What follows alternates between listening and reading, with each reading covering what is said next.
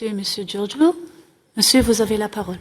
Merci beaucoup. Donc, Madame la Présidente, Madame la Ministre, Mesdames et Messieurs les députés, je suis très honoré de venir aujourd'hui.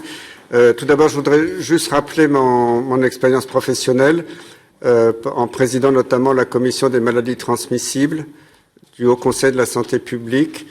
J'ai conseillé différents gouvernements français pendant 15 ans sur la gestion des crises sanitaires et des épidémies.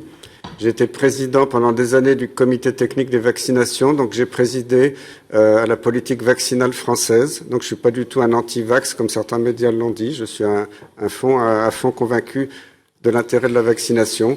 Et j'ai même été vice-président à l'OMS pendant des années du groupe d'experts pour les vaccins pour toute la région euro de l'OMS, qui est beaucoup plus large que l'Union européenne, parce que la zone euro de l'OMS, ça inclut la Russie, toutes les républiques d'Asie centrale, la Turquie, Israël, c'est la grande Europe de l'OMS.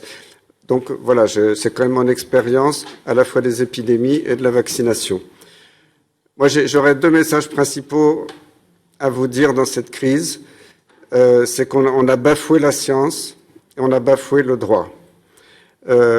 Alors on a bafoué la science parce que toutes les décisions de nos politiques, basées sur des experts qui, malheureusement, on le sait maintenant, c'est public, ont des conflits d'intérêts majeurs avec l'industrie pharmaceutique. Quand ils prennent des décisions en catimini, ils ne fournissent zéro référence scientifique.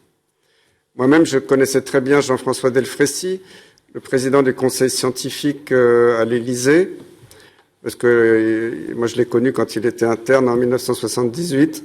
Et je l'ai appelé il y a quelques semaines. Je lui ai dit, écoute, Jean-François, on n'est pas d'accord, mais j'aimerais qu'il y ait un débat contradictoire, parce que tu sors plein d'avis comme ça, on ne connaît pas tes sources. Et là, il a refusé le débat.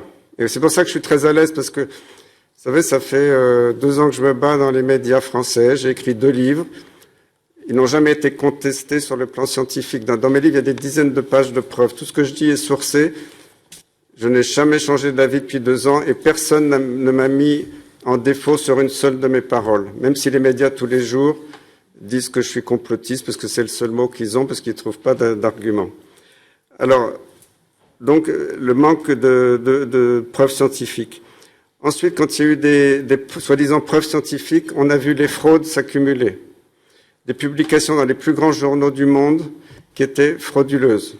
Vous vous souvenez tous du Lancet Gate, quand on a voulu discréditer la chloroquine, des lobbies ont payé une équipe